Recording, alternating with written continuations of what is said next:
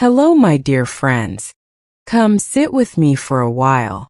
I'm Margaret, and today I need to share something with you. Something that changed everything I thought I knew about my life, my marriage, and myself. This is a story inspired by real struggles that many face, dramatized so we can talk about what matters most. If you've ever felt betrayed, confused, or wondered if your whole life was a lie, stay with me. Because by the end, we'll find hope together. Will you stay? It was a Tuesday morning in September, in our quiet neighborhood in Riverside, California. The kind of morning where the sun filters through the kitchen curtains, and you can hear the birds outside. I remember it so clearly. 40 years, 3 months, and 12 days of marriage. You count these things when you've built a life with someone, don't you? When you've raised children together. When you've watched each other's hair turn gray. When you've held hands through surgeries and celebrations. My husband, Robert. Oh, Robert. He was getting ready for another one of his business trips. He worked in medical supplies, or so he always said. For 20 years, these trips happen every other week. Sometimes to Phoenix, sometimes to Las Vegas, sometimes to smaller towns I'd never heard of. It's the nature of the business, Maggie, he'd say, kissing my forehead. Someone's got to keep the hospitals stocked, right? And I believed him. Why wouldn't I? This was the man who'd proposed to me under the stars at Huntington Beach. The man who'd held my hand when we lost our first baby. The man who'd built our back porch with his own 2 hands. But that Tuesday, everything shattered. Robert, I called out, you forgot your medication again. He'd been taking blood pressure pills for 5 years. Always forgetting them. I grabbed the bottle from the bathroom cabinet and headed to his study to put it in his travel bag. That's when I saw it. His briefcase left open on the desk. And there, right on top, a stack of papers. Report cards. Elementary school report cards. My hands were shaking as I picked them up. Do you know that feeling? When your heart starts racing but you don't even know why yet. When something in your gut just knows? Emma Rodriguez, grade 4, Jefferson Elementary, Phoenix, Arizona. Parent/guardian, Robert Mitchell. That was my husband's name. But Emma? We didn't have an Emma. We had Sarah and Michael. Our children. Grown now with families of their own. I kept reading, my breath catching in my throat. Dylan Rodriguez, grade 6, Jefferson Elementary, Phoenix, Arizona. Parent/guardian, Robert Mitchell. 2 children. 2 children I'd never heard of. 2 children calling my husband father? Maggie? Did you find them? Robert's voice came from the hallway. I looked up and suddenly this man I'd known for 40 years looked like a complete stranger. Have you ever experienced that? When someone you love becomes someone you don't recognize at all. Who? I whispered, my voice barely working. Who are Emma and Dylan? The color drained from his face. Just drained. Like watching a curtain fall. And in that moment, in that single horrible moment, I knew my entire life had been a lie. He didn't answer. He just stood there, frozen in the doorway of his own study. The study where we'd planned our daughter's wedding. The study where we'd done our taxes together every April.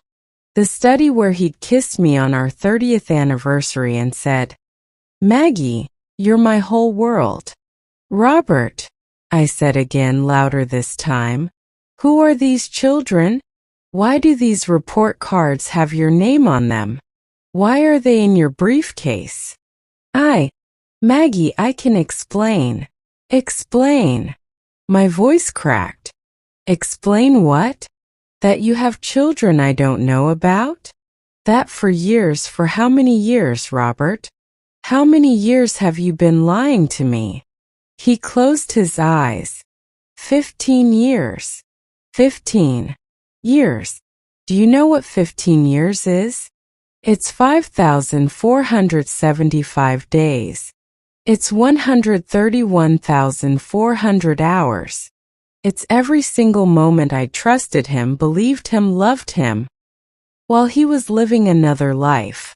A whole other life I knew nothing about. I need to sit down, I whispered. The room was spinning. Everything was spinning. I made it to his desk chair, still clutching those report cards. Still seeing those names. Emma. Dylan. Children who existed, who went to school, who brought home grades. Children who had my husband's name as their father. There's a woman, he finally said. His voice so quiet I almost didn't hear it. In Phoenix. Her name is Carmen. We met at a medical conference in 2008. It wasn't supposed to. Maggie, it wasn't supposed to become this. This. I looked up at him. What is this, Robert? What exactly has my life been while you were living this? Have any of you felt this?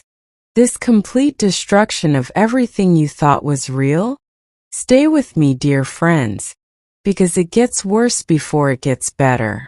But I promise you we'll get through this together. He told me everything that day.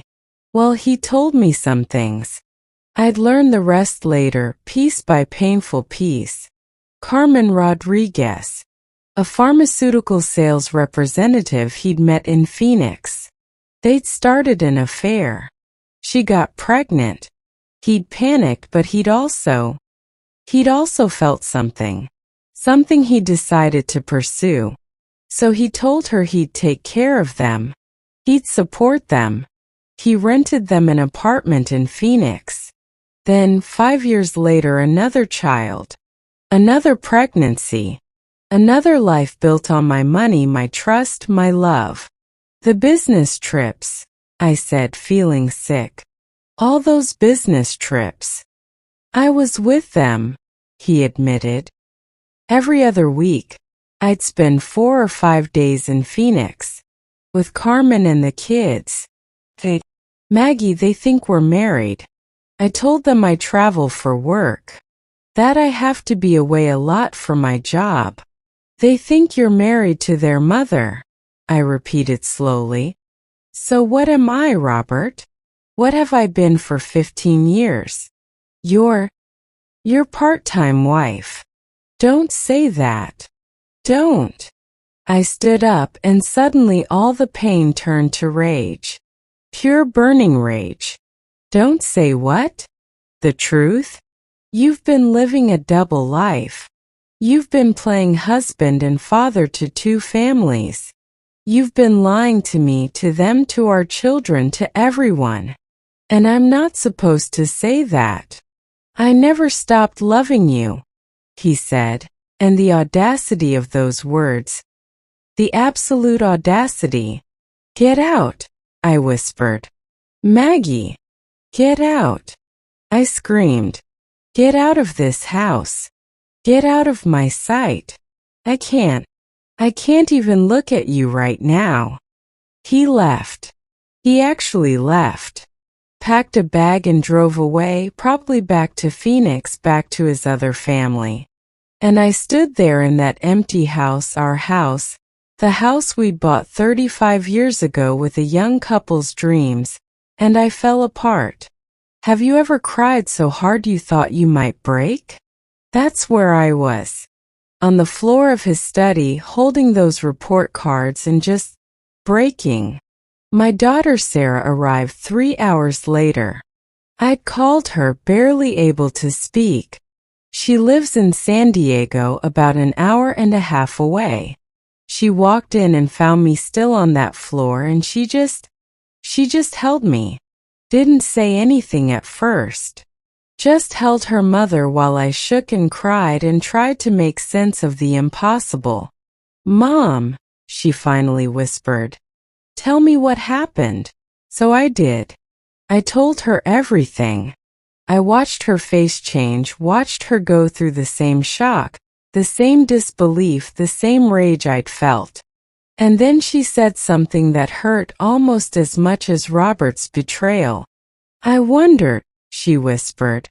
"God, Mom, I wondered." "What do you mean?" "Dad's absences. They were so regular, so structured.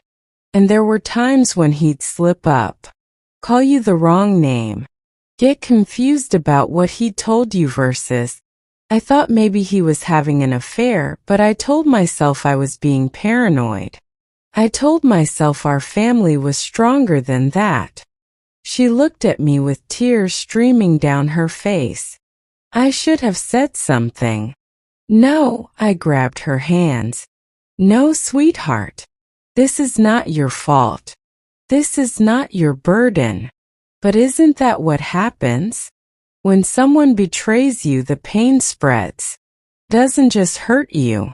It hurts everyone who loves you. My children had to face the fact that their father had other children, that their family was a lie. Can you imagine telling your kids that? My son Michael came the next day. His reaction was different. He was angry. So angry. "I'm going to Phoenix," he said. "I'm going to find him and what?" I asked quietly. "What will that solve?" "He needs to face what he's done. He needs to. He knows what he's done, Michael." I was so tired, so incredibly tired. And we need to figure out what comes next. What came next was the hardest month of my life. We hired a private investigator. I needed to know everything. Every detail of this life my husband had built without me. And oh dear friends, oh the details. The investigator, a kind woman named Patricia from Riverside, she found it all. Carmen Rodriguez lived in a 3-bedroom house in Scottsdale, not Phoenix. Not an apartment. A house. A beautiful house in a good neighborhood with a pool and a 2-car garage. Emma was 14, Dylan was 12. They went to private school. Private school that cost $15,000 per year. Each. Robert had bought that house. His name was on the deed, right next to Carmen's. They'd purchased it 8 years ago for $385,000. He'd put down $100,000 as a down payment. Do you want to know where that money came from? From our savings account. The savings account I thought we were building for retirement. The savings account I'd contributed to from my work as a school librarian for 30 years. My money. Buying a house for his other family. The car in the driveway. A 2021 Honda Pilot. Registered to Robert Mitchell. Monthly payment. $580. Coming out of our joint checking account. Listed as business expenses. The kids' school tuition. $30,000 per year total. Coming out of our accounts. Again listed as business expenses or conference fees. Patricia showed me the bank statements. Years of them. I sat at my kitchen table and watched 40 years of financial partnership reveal itself as something else entirely. He'd been siphoning money from our accounts for 15 years. Slowly, carefully, in amounts that wouldn't raise immediate red flags. $500 here, $1,200 there, $3,000 for a business investment. "Mrs. Mitchell," Patricia said gently, "based on my calculations, your husband has transferred approximately $680,000 to his other household over the past 15 years. $680,000. More than $500,000. Gone. To build a life I knew nothing about. There's something else, Patricia added, and I actually laughed. A horrible broken laugh. Because what else could there possibly be? Carmen thinks she's married to him, Patricia explained. She has documents. A marriage certificate from a ceremony in Las Vegas in 2009. It's not legal, of course. He was already married to you. But she doesn't know that. She genuinely believes she's Mrs. Robert Mitchell. She has no idea you exist. 2 wives. He had 2 wives. Both of us thinking we were his one and only. Both of us building lives with him. Both of us trusting him completely. I need you to understand something, my dear friends. I wasn't naive.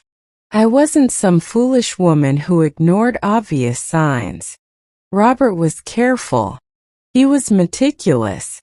He maintained 2 completely separate lives with the precision of a man who'd planned every detail. He had 2 cell phones, 2 bank accounts that I didn't know about, 2 sets of friends, 2 completely different stories about who he was and where he was at any given time. And he'd done it for 15 years without getting caught. 15 years. Can you even imagine the mental gymnastics? The constant lying? The energy it must have taken to keep it all straight? But here's what broke me even more. About 2 weeks after I found out, after Robert had been staying God knows where, I got a call. A woman's voice. Nervous, uncertain. Is this Margaret Mitchell? Yes, I said, my heart already sinking. Who is this? This is... My name is Carmen Rodriguez. I'm calling about Robert. I couldn't speak. Literally couldn't make words come out. Mrs. Mitchell, she continued, and I could hear her crying. Robert is in the hospital. He had a heart attack 3 days ago. He's stable now, but he's been asking for you. And I don't understand. He told me he was divorced. He told me his ex-wife lived in Oregon and they hadn't spoken in years. But the hospital has you listed as his wife, as his emergency contact, and I don't understand what's happening. Where is he? I asked. St. Joseph's Hospital in Phoenix. Mrs. Mitchell. Are you still married to him? Yes, I said simply. I'm his wife. I've been his wife for 40 years. And I just found out about you 2 weeks ago. The sound she made. It was the same sound I'd made when I found those report cards. That sound of a life imploding. I have children with him, she whispered. Emma and Dylan. We've been together for 17 years. I thought we were married. I have a marriage certificate. I have. It's fake, I said gently, because despite everything, I couldn't help but feel for her.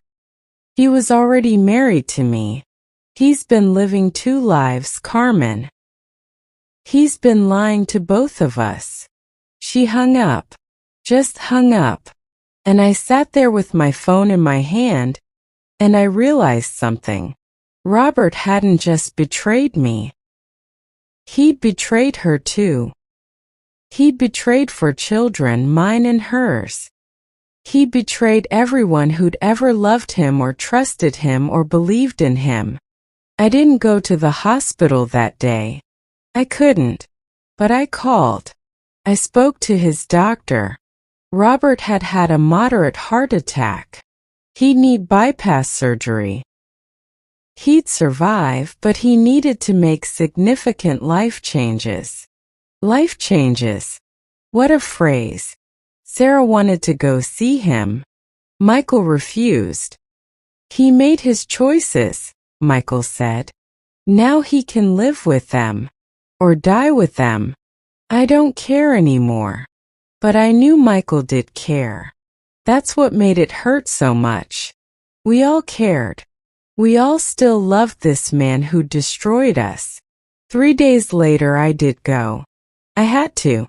Not because I wanted to, but because 40 years of marriage doesn't just disappear no matter how much you wish it could. I walked into that hospital room at St. Joseph's, and there he was. Robert. Older now. Grayer. Hooked up to machines that beeped and hummed. And when he saw me, he started crying. "Maggie," he whispered. "You came." "Don't," I said, sitting in the chair by his bed. "Don't say my name like that. Like you still have the right to say it with love." "I'm sorry." He was crying harder now. "I'm so sorry. For everything. For all of it. I never meant." "You never meant what, Robert? You never meant to have an affair? You never meant for it to last 17 years? You never meant to have 2 more children? You never meant to steal nearly $700,000 from our accounts? You never meant to buy a house with another woman? Which part didn't you mean?" "I love you," he said. "I never stopped loving you. You don't get to say that." I was surprised by how calm I sounded. "You don't get to tell me you love me while you've been building an entire life with someone else. That's not love, Robert. I don't know what it is, but it's not love." "What happens now?" he asked, and he looked so small, so afraid. "I want a divorce," I said. "And I want you to face what you've done. To everyone. To me, to Carmen, to all 4 of our children. The kids." He whispered. "Sarah and Michael are devastated," I finished. "They're angry and hurt and confused. And Emma and Dylan? Carmen's children? Your children. They're about to find out their entire lives have been a lie too. That their father isn't who they thought he was. That they have half-siblings they never knew existed. You did this, Robert. You did all of this." I stood up to leave. "Maggie," he called out. Can you forgive me? Ever?" I stopped at the door, turned back, looked at this man I'd spent 40 years with, this man I'd loved with everything I had. This man who'd broken me in ways I didn't know a person could be broken. "I don't know," I said honestly. "I don't know if I can forgive you, but I know I can't keep living a lie. And I know I deserve better than what you gave me." The divorce took 8 months. 8 long, painful months of lawyers and mediations and financial disclosures. Robert had to face Carmen. Had to tell his other children the truth. Had to watch as both families fell apart because of his choices. Emma and Dylan. Those poor kids. Sarah actually reached out to them, can you believe that? My daughter reached out to her father's other children. They met for coffee in Phoenix. Sarah told me about it later, crying. "They're good kids, Mom," she said. "They're confused and hurt, and they keep asking if their whole childhood was fake." Emma asked me if Dad ever loved them, or if they were just a mistake he was stuck with. What do I even say to that? What do you say? How do you explain the unexplainable? The financial settlement was messy. That house in Scottsdale? Technically, Robert had used marital assets to purchase it, so I had a claim to half its value. But Carmen and her children lived there. What was I supposed to do? Kick them out? They were victims in this too. In the end, I took what was rightfully mine from our accounts. Robert kept the Scottsdale house but had to buy out my portion over time. Our house in Riverside? I got that. The retirement accounts? Split. The pension? Split. 40 years of building a life together. divided down the middle by lawyers and judges. But here's what I learned, my dear friends. Here's what I need you to understand if you're going through something like this, or if you know someone who is. Are you listening? Because this is important. I survived. I didn't think I would. There were days, so many days when I didn't want to, when the pain was so overwhelming that I couldn't see past it. Days when I couldn't get out of bed, when I couldn't eat, when I couldn't imagine ever feeling whole again. But I survived. And more than that, I started to heal. It's been 3 years now. 3 years since that Tuesday morning in September. 3 years since my life exploded. And you know what? I'm okay. Not every day. Some days are still hard. Some days I still cry. Some days I still feel the anger burning in my chest. But I'm okay. I started seeing a therapist, Dr. Williams in Riverside, a wonderful woman who helped me understand that Robert's choices were never about me. They weren't about something I lacked or something I failed to do. They were about him. About his own needs, his own selfishness, his own inability to be honest. I joined a support group for people dealing with infidelity. And let me tell you, I'm not alone. There are so many of us. So many people who've been betrayed by the ones they loved most.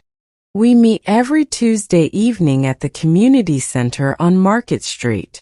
We share our stories. We cry together. We laughed together. We healed together. I reconnected with old friends I'd lost touch with over the years. Linda from my library days. Joyce from my book club. Women who knew me before Robert, who helped me remember who I was without him. I started taking art classes at Riverside Community College. Painting. Can you imagine? At 63 years old, I picked up a paintbrush for the first time since high school. And you know what? I love it. I'm not very good, but I love it. Every Tuesday and Thursday afternoon, I sit in that studio and I paint. And for those 2 hours, I'm not the woman whose husband betrayed her. I'm just Margaret, painting sunsets and flowers and whatever else catches my eye. Sarah and I are closer than ever. She calls me every day. We have lunch every Sunday. She's been my rock through all of this. Michael came around eventually too. He's still angry at his father. Maybe he always will be, but he's working through it. He's seeing a therapist too. And Emma and Dylan? We've met a few times. Awkward, painful meetings where we all tried to figure out how to be. I don't even know what. Not family exactly. But not strangers either. They're good kids. It's not their fault their father is who he is. Sarah talks to them regularly now. She says Emma wants to study law. Dylan loves basketball. They're just kids trying to make sense of an impossible situation. Robert.